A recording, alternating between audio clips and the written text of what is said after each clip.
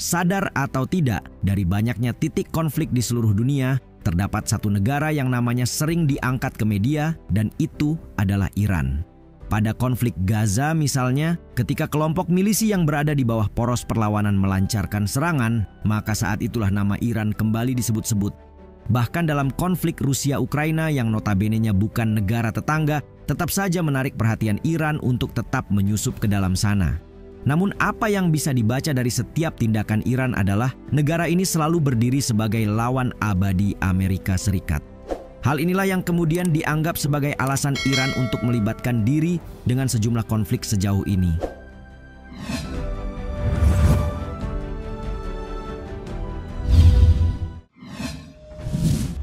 Konflik Gaza.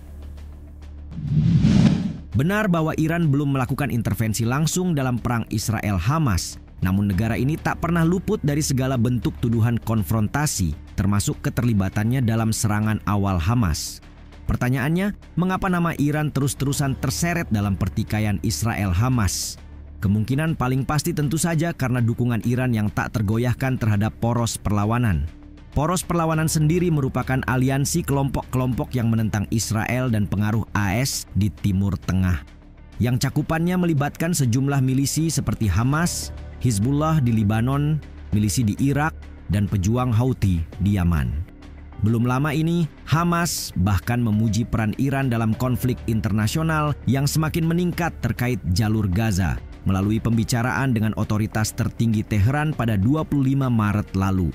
Sebagaimana diwartakan Newsweek dalam rilisnya, pemimpin tertinggi Iran Ayatollah Ali Khamenei mengadakan pertemuan berturut-turut dalam beberapa hari terakhir dengan Ketua Biro Politik Gerakan Hamas, Ismail Haniyeh, dan Ziad al-Nakhalah, selaku Sekretaris Jenderal Gerakan Jihad Islam Palestina di Teheran, di mana dalam kesempatan itu kedua pemimpin Palestina ini menyampaikan rasa terima kasih atas dukungan yang ditunjukkan oleh Republik Islam Iran sejak Hamas melancarkan serangan. "Saya berjanji kepada Anda bahwa kami akan menjadi pemenang perang," katanya kepada pihak Iran seperti dikutip dari API.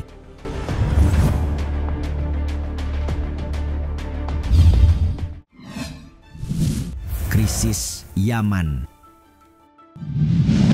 Selama satu dekade terakhir, perebutan dominasi antara Iran dan Arab Saudi di Timur Tengah telah menyusup ke dalam hampir setiap isu regional, tak terkecuali dalam krisis yang terjadi di Yaman. Krisis ini mengacu pada perang saudara yang meletus pada akhir 2014, ketika pemberontak Houthi merebut ibu kota Sanaa dan menggulingkan pemerintah dengan dukungan Iran.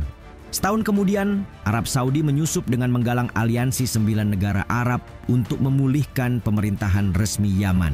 Hal inilah yang memicu perang di kawasan sebagai dampak dari pecahnya aliansi internasional, meningkatkan kekhawatiran akan konflik langsung antara kedua kekuatan yang juga melibatkan Amerika Serikat di dalamnya. Saat itu Saudi tidak hanya mengirimkan senjata dan memberikan pelatihan militer, koalisi bentukan Riyadh, bahkan melancarkan serangan udara bertubi-tubi yang meluluh lantakkan kota-kota dan memicu bencana kemanusiaan. PBB melaporkan 375.000 orang meninggal dunia sejak 2015. Sementara Human Rights Watch dalam laporan tahun 2022 menyebut bahwa anak-anak mewakili separuh dari 20,7 juta penduduk Yaman yang terancam bencana kemanusiaan.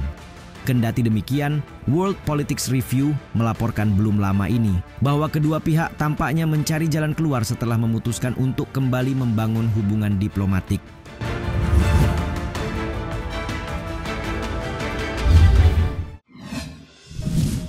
Rusia-Ukraina. Sejak Rusia melancarkan agresi militer ke Ukraina, negara ini telah menghadapi kecaman dan sanksi berat hingga berdampak pada mundurnya hubungan dengan beberapa anggota komunitas internasional. Namun hal ini tidak berlaku bagi Iran yang telah menempatkan diri ke dalam permasalahan Ukraina dengan mengambil peran sebagai pendukung diplomasi dan militer Rusia. Dapat dikatakan bahwa perang di Ukraina telah menghasilkan kerjasama antara Rusia-Iran yang belum pernah terjadi sebelumnya di bidang militer, ekonomi, dan politik. Arab Center Washington DC melaporkan menjelang peningkatan konflik yang terjadi, Presiden Iran Ebrahim Raisi melakukan panggilan telepon dengan Vladimir Putin yang dianggap banyak orang sebagai jaminan kesiapan Iran untuk memberikan dukungan. Saat itu, kontur dukungan diduga masih samar-samar, namun peran Republik Islam Iran nyatanya menjadi penting bagi upaya perang Kremlin. Negara-negara Barat percaya bahwa Iran telah memasok Rusia dengan drone untuk digunakan dalam perangnya melawan Ukraina. Namun Iran menyatakan bahwa belum memberi Rusia drone dan Kremlin membantah menggunakannya di Ukraina. Meski begitu, Ukraina untuk pertama kalinya mengatakan bahwa mereka menemukan drone buatan Iran pada September 2022 yang diduga digunakan oleh Rusia di medan perang. Mengutip CNBC, gambar yang dibagikan oleh seorang pejabat militer Ukraina dan di situs militer pro-Ukraina menunjukkan reruntuhan drone berbentuk segitiga yang menyerupai UAV Shahed buatan Iran.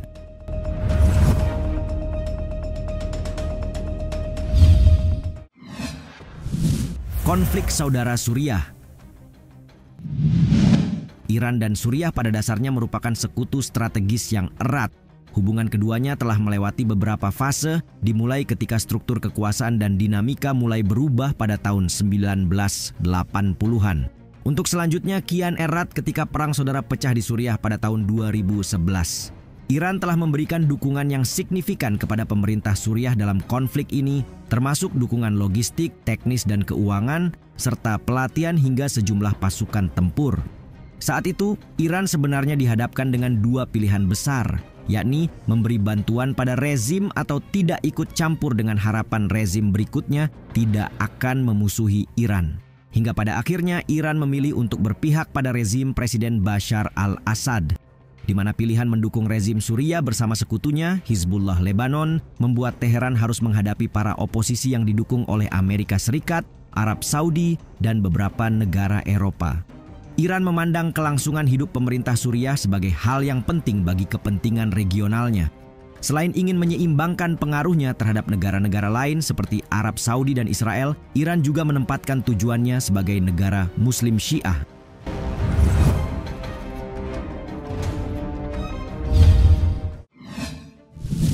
Berseteru dengan AS.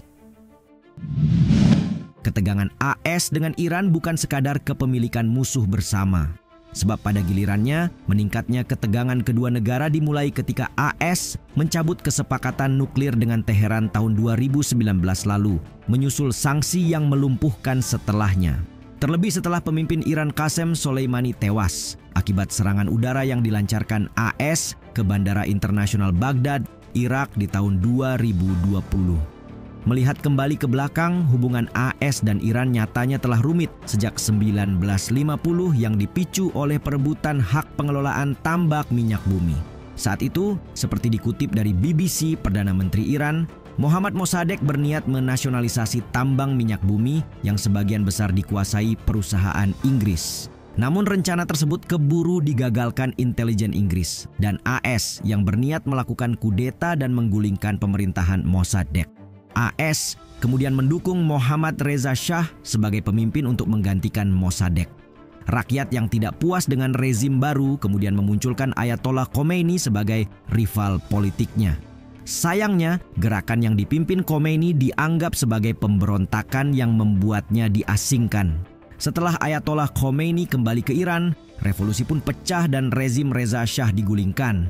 Iran berubah jadi negara Islam dan Reza Shah diasingkan. Sentimen anti-AS pun semakin mengemuka. Perang sipil yang terjadi antara Irak dan Iran pada 1980 semakin memperkeruh suasana karena AS memberikan dukungan militer pada Irak.